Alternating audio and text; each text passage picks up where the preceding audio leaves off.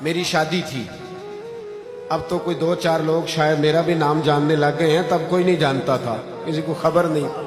شاہ صاحب میری بارات کے ساتھ آئے تو میرے سسرال والوں نے یہ کہا کہ آپ جلدی آ گئے, آپ اندر بیٹھ جائیں, بارات آتی ہے. تو شاہ جی فرمانے لگے ہم وفادار لوگ ہیں, جس کے ساتھ آئے ہیں اسی کے ساتھ اندر جائیں گے. یہ کیسے ہو سکتا ہے کہ ہم پہلے اندر چلے جائیں, جس کے ساتھ آئے ہیں اس کے. یہ جو وفا کا رشتہ ہے نا, یہ بڑا کمزور ہوتا چلا جا رہا ہے. اب بہانے کر کر کے نا, لوگ بہانے کر کر کے بہانے کرتے ہیں, کہتے ہیں وہ فلانا نہیں ٹھیک, میں تھا نہیں جانتا.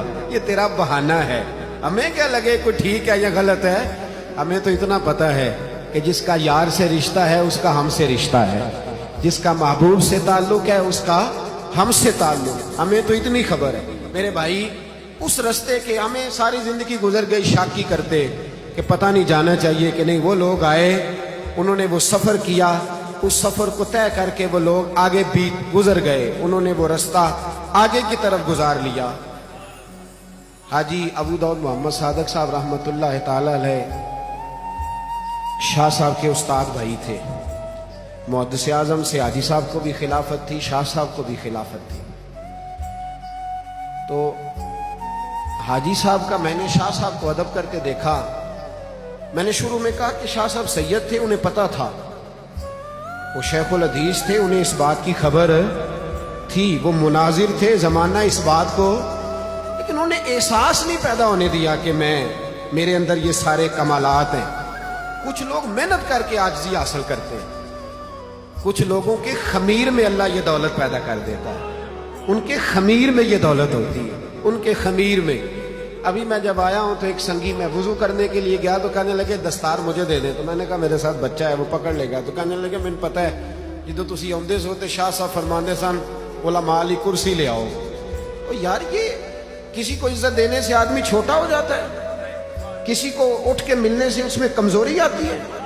ساتھ والے جو دائیں بائیں مرید ہوتے ہیں بگڑ جاتے ہیں. یہ کمزوری ہے, یہ ہمارے نفس کی کمزوری ہے کہ ہم کسی بندے کو عزت دے کے سمجھتے ہیں شاید میرے مرید بگڑ جائیں, کوئی اور بھی ہے. صاحب طبقات نے لکھا ہے حضرت ابو ہریرہ رضی اللہ تعالیٰ عنہ لوگوں کے بیچ بیٹھے تھے, یوں لوگوں کو حدیث سنا رہے تھے. سامنے سے امام حسین تشریف لائے اور امام علی مقام رضی اللہ تعالیٰ عنہ مدینے میں ٹھنڈی بارش, ٹھنڈی ہوا تازی تازی گزری تھی. چھوٹے چھوٹے گڑھوں میں پانی کھڑا تھا, چھوٹے چھوٹے ٹوئے, پانی بھرا ہوا تھا. امام علی مقام نے گھوڑے سے پیر زمین پہ رکھا. اب دیکھیں نا, میں آپ سے بات کر رہا ہوں تو آپ کا چہرہ میری طرف ہے, پیچھے جو بندہ آ رہا ہے اسے میں دیکھ رہا ہوں, بہت سارے عوام میں سے لوگ نہیں دیکھ رہے. تو حضرت ابو ہریرہ دیکھ رہے تھے, عوام نہیں دیکھ رہی تھی. جب امام علی مقام نے پیر رکھا نا زمین پہ تو مدینے کی تھوڑی سی مٹی امام علی مقام کے پیر چومنے لگی, ذرا کیچڑ لگ گیا. بڑا مشکل ہوتا ہے نا اپنے شاگردوں میں اٹھ کے کسی کا استقبال کرنا, اپنے مریدوں میں اٹھ کے کسی اور کو بھی عزت دینا خاصا مشکل کام ہے. لیکن امام حسین حضرت ابو ہریرہ لوگوں کے بیچ میں سے اٹھے. کسی شاگرد کو آرڈر کرتے وہ اٹھ کے امام صاحب کے پاس جاتا, لیکن جناب ابو ہریرہ اٹھے. صاحب طبقات لکھتے ہیں پھر گئے اور پھر حضرت امام حسین جوان تھے, جناب ابو ہریرہ کی داڑھی سفید تھی, پر اصلاں نال جے نیکی کریے تو نسلاں تاک نہیں بھول دے, وہ نسلاں تاک نہیں بھول دے. حضرت سیدنا امام حسین رضی اللہ تعالیٰ عنہ کے جا کے پیروں میں بیٹھے جناب ابو ہریرہ رضی اللہ تعالیٰ عنہ. اور پھر ادھر دیکھنا میری طرف, دستار تو میں نے بھی باندھی ہے, بڑے لوگ باندھتے ہیں, پر دستار کی ہر تار کی تحقیق ہے لازم, ہر صاحب دستار معزز نہیں ہوتا. حضرت جناب سیدنا امام علی مقام رضی اللہ تعالیٰ عنہ کے پیروں میں جناب ابو ہریرہ بیٹھے اور بیٹھ کر کے اپنی پگڑی کو کھولا اور اپنی دستار کو کھول کے تو امام علی مقام کے پیروں کو صاف کیا. سیدنا امام حسین نے 2 قدم پیر پیچھے ہٹائے اور فرمانے لگے حضور آپ بوڑھے ہیں, میں جوان ہوں, میرے نانا کے صحابی ہیں, آپ یہ کام نہ کریں. تو حضرت ابو ہریرہ رضی اللہ تعالیٰ عنہ کی آنکھوں میں آنسو آ گئے. کہنے لگے میں حسین ابن علی کے پیر نہیں دیکھ رہا, میں محمد عربی کا لہو دیکھ رہا ہوں, میں ان کا خون تیری نسل پاک میں ہے بچہ بچہ نور کا, تو ہے عین نور تیرا سب میں نے کہا ان لوگوں نے تعین، یہاں لوگ لکھوا بھی لیتے ہیں کہ میں قادری ہوں، میں چشتی ہوں، میں نقشبندی ہوں، میں سوروردی ہوں، تیری کوئی عادت بھی تو بتائے نا کہ تو کسی سلسلے کا ہے، تیرا کوئی طریقہ بھی تو بتائے نا، تیرا کوئی لب و لہجہ بھی بتائے نا، کہ یہ بس چمکانے کے لیے بتانے کے لیے لکھ لیا ہے۔ اپنی تربیت کریں اور اپنے بزرگوں کے نقوش قدم کی طرف سفر کریں۔ ان لوگوں نے بتایا، علم پڑھایا اور عمل سے سارا کچھ بتایا، انہوں نے ڈیوٹی کر کے دکھائی۔ شاہ جی رحمت اللہ تعالیٰ علیہ کی زندگی میں بڑی تواضع تھی، بڑا پیار تھا، بڑی ٹھنڈک تھی، بڑا حسن تھا۔ بڑے سارے لوگ جب زمانے کی تیز دھوپ سے گھبرا جاتے تھے تو وہ شاہ جی کے آنچل میں آ کے پناہ لیتے تھے، وہ ان کی سفید داڑھی پر گرنے والے آنسوؤں کے قطروں کو اپنے لیے راہ نجات سمجھا کرتے تھے۔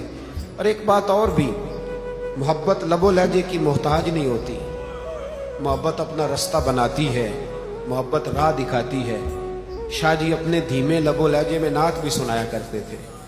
میں ایک دن مولانا ابراہیم خوشتر کی ایک کتاب ہے تذکرہ جمیل، اعلیٰ حضرت کے بڑے صاحبزادے حجت الاسلام کے حالات پہ لکھی ہے، تو میرے ہاتھ میں کتاب تھی تو میں نے شاہ جی کو دکھائی، میں نے کہا حضور یہ کتاب ہے، اس میں تو خوشتر صاحب کے ساتھ شاہ صاحب کلاس فیلو رہے تھے، تو شاہ صاحب نے ان کا کلام چھیڑ دیا جو انہوں نے حضرت شیخ الحدیث کی یاد میں لکھا تھا، اور پھر حضور مفتی اعظم نے جو اپنے غلام کے لیے لکھا تھا وہ انہوں نے پڑھنا شروع کر دیا۔ وہ پڑھتے جاتے تھے، ان کی داڑھی پہ آنسو گرتے جاتے تھے۔ میرے ساتھ ایک نوجوان بچہ تھا تو وہ رونے لگ گیا، میں نے اس کے کان میں پوچھا، میں نے کہا یار تینوں کی سمجھ آئی ہے؟ کہتے سمجھ کوئی نہیں آئی، کیف بڑا آیا ہے۔ کسی کے آنسو کئی دفعہ نا، شیخ سعدی رحمت اللہ علیہ بڑے مہمان نواز تھے، بڑی مہمان نوازی کرتے تھے، تو شیخ سعدی نا اکثر قرضہ اٹھا اٹھا کے لوگوں کی خدمت کرتے، مہمان نوازی کرتے۔ ایک دن وہ سارے قرض خواہ اکٹھے ہو گئے، کہا بابا پیسے دے۔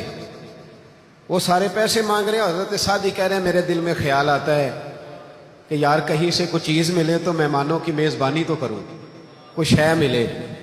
اتنے میں ایک بچہ آ گیا، وہ کچھ بیچ رہا تھا، اے بال نہیں بیچ دے کھیل مرونڈا، تو آ گیا کوئی چیز بیچنے والا، کہنے لگا لینی ہے؟ تو حضرت سعدی فرمانے لگے میرے مہمانوں کو کھلا دے۔ اس نے کھلا دی۔ بچہ کہنے لگا حضرت جی پیسے؟ فرمان لگے تم ہی بہ جا، سارے پیسے لے نہیں آئے انہیں، بہ جانا انہوں نے لبن گے تو تینوں بھی لب جان گے۔ بچہ کوئی صاحب درد تھا، رو پڑا، کہنے لگا حضور یتیم ہوں، 3 بہنیں چھوڑ کے آیا ہوں، انہوں نے روٹی بھی کھانی ہے، امی نے دوائی بھی کھانی ہے، تو پیسے۔ جب وہ رویا نا تو ایک حضرت سعدی کا مرید آیا کرتا تھا، کبھی کبھی بڑا تاجر تھا، وہ آیا اور 400-500 دینار نذرانہ لے آیا، تو حضرت صاحب نے باقیوں کو قرضہ بھی دیا، اس بچے کو پیسے بھی دیے، کچھ بچ بھی گئے، باقی تو چلے گئے۔ ایک صاحب دل بندہ تھا، کہنے لگا حضور ہم روز پیسے لینے آتے تھے، ملتے نہیں تھے، آج کیسے مل گئے؟ تو جناب سعدی فرمانے لگے تم میں رونے والا کوئی نہیں تھا نا، ایک رونے والا ملا ہے نا تو باقیوں کا بھی کام بن گیا ہے۔ شاہ جی رونے والے تھے، وہاں کو بیٹھتا تھا تو اس کی آنکھیں بھی پرنم ہو جایا کرتی تھیں۔ کرامتوں پہ بس نہ کرو یار، اس رستے کے مسافر بھی بنو۔ میں نے ابھی وضو کیا ہے اور میں کچھ دنوں سے بیمار بھی ہوں، میں دیانتداری سے کہتا ہوں، میں اپنے دل کی گہرائی سے کہتا ہوں کہ میرا بالکل دل نہیں کر رہا تھا اسٹیج پہ بیٹھنے کا، قطعاً نہیں۔ میں سمجھتا ہوں کہ ہمیں وہ پیچھے بھی بٹھایا جائے نا تو ہماری یہ عزت ہے، اس لیے کہ ہم شاہ جی کے مزار پہ آئے ہوئے۔ ان چکروں سے باہر نکل آؤ، بچ جائیں گے ہم لوگ، باہر نکل آؤ۔ وہ جو میری طرح کا مولوی اور پیر وہاں کھڑا ہو کے انتظار کرتا ہے نا، پہلا نعرہ بجے گا تو پھر اگے جاواں گے، بڑی خرابی آ گئی ہے اس سے ماحول بگڑ گیا ہے۔ بس ٹھیک ہے، کہیں تو ایسا ہونا چاہیے جہاں بندہ غلام بن کے بھی جائے، کوئی تو جگہ ہو جہاں بندہ پیچھے بھی بیٹھے۔ کوئی ضروری ہے کہ ہر جگہ انسان عزتیں اور صلاحیتیں اور سٹیج ہی ڈھونڈتا پھرے؟ اس سے تو غبار چڑھ جائے گا۔ کبھی اس غبار کو اتارو بھی، کبھی کسی گلی میں نوکر بن کے بھی جاؤ، کبھی کسی گلی میں غلام بن کے بھی جاؤ، کبھی کسی جگہ جھاڑو لگانے کا پروگرام بھی بناؤ۔ اٹھ فریدا ستیا جھاڑو دے مسیت، تو ستے رب جاگدا تیری ڈاڈے نال پریت۔ اٹھ فریدا ستیا میلا ویکھن جا، متے کوئی مل جائی بخشیا تے تم ہی بخشیا جا۔ آخر